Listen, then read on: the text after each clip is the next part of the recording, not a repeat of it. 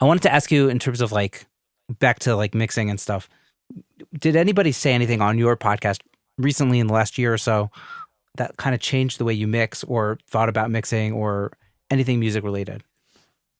Man, I don't know. I mean, I've definitely stolen some tricks from a few people that have mentioned them. I mean, like my podcast has a mix of engineers and producers and mixers, and I've had some like, marketing people on recently. I think that there's a common thread, which goes back to what I mentioned in the beginning, where, I mentioned working faster and like identifying like the most important part of like a mix, because you don't have time because you have a baby. I think there's a common thread where people that I think are very talented and are successful, they've mentioned something similar. Like the key is what is important here. Like, what are we all listening to? It's not so much like mixed tricks. And I think hearing multiple people that I respect kind of say the same thing in different words, I think reinforces that fact to me that yes, it doesn't have to take 7 days and you don't have to like EQ every whistle tone out of everything. Like it has to feel good as a piece of music. It has to reflect the vision of everybody and be art. And sometimes art is not sonically pristine. Right. So is that Ebony Smith quote, right? Pristine, pristine. That it was quote? Pristine, not perfect. Yeah. Yes. Yeah. Exactly. We're going for pristine, not perfect. So Yeah. I think that mindset is just super important. And I think when you're an engineer or a mixer and you're like learning a new skill or you're playing with a new plugin, like I'm guilty of it right now. Like I'm demoing Gold Clip. I don't know if you've checked out Gold Clip. I just saw something. I have it on like, I have it on everything in the mixes I did last week. And it sounds fucking great. Great plugin. But it's like, that's what you do. Like when you get a new plugin or you're demoing something, you're like, I'm going to put it on literally everything and see what it does. And, that stuff isn't necessary. Mixing the song for what the song's for or what the song wants to be is the point.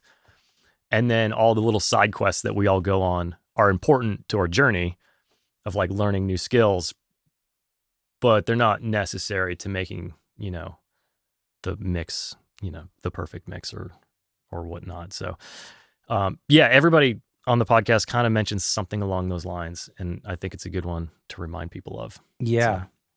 So, I think it was on your show. Sorry. Did you go on? I'll ask my question after. I think it was on your show. I think last week. Did you have it was last week. Whatever. I think somebody was talking about their. I think it was that one. Don't quote me.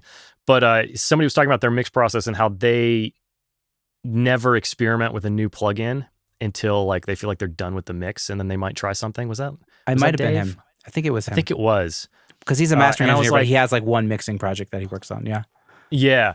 And like it's like, get to the vision as fast as possible and then go on your side quest. And that really resonated with me. I was like, yeah, I have definitely lost momentum because you can lose your creative thing. It's because I was doing it like last week with Gold Clip. Like I was like, what's this knob do? I'm like, I think I know what it does. And then I pull the manual out and then just like 10 minutes later, you've left your creative workflow. So I think it's just important to kind of maintain that creative workflow. And that's, to answer your question, the parallel with a lot of mixers that I've talked to. Yeah. And I was going to ask you actually based on that interview, because we were talking about like how mastering engineers just work so fast. And there's just you can kind of figure out how far you can push a mix and you take it there as quickly as possible. And then you're kind of done. And I was kind of like curious if like we'd be better off mixing like that also. And I think the answer is we would. What do you think?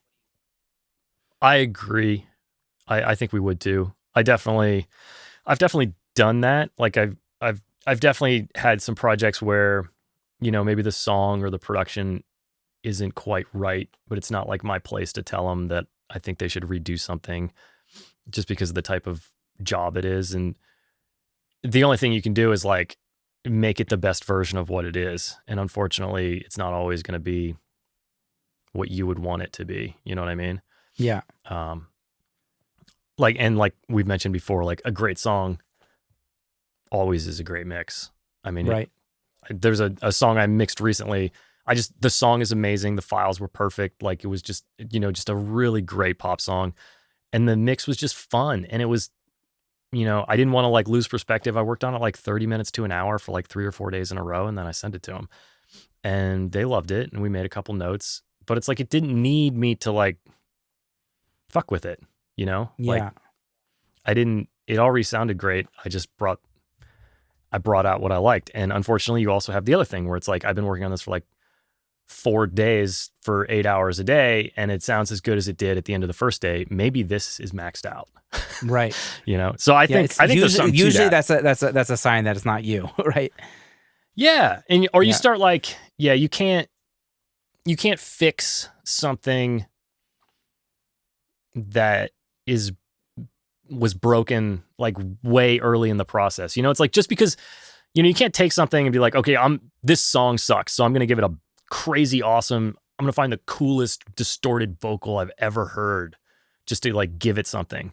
You can't do that. Like they how do you even know they want a distorted vocal? And that, like, what kind of ego do you have that you think like you're going to fix this bad song with your distortion on the vocal? Like, that's not possible. Like, you're not that awesome. Nobody's that awesome. Yeah. Like a bad song is still going to be a bad song. So yeah,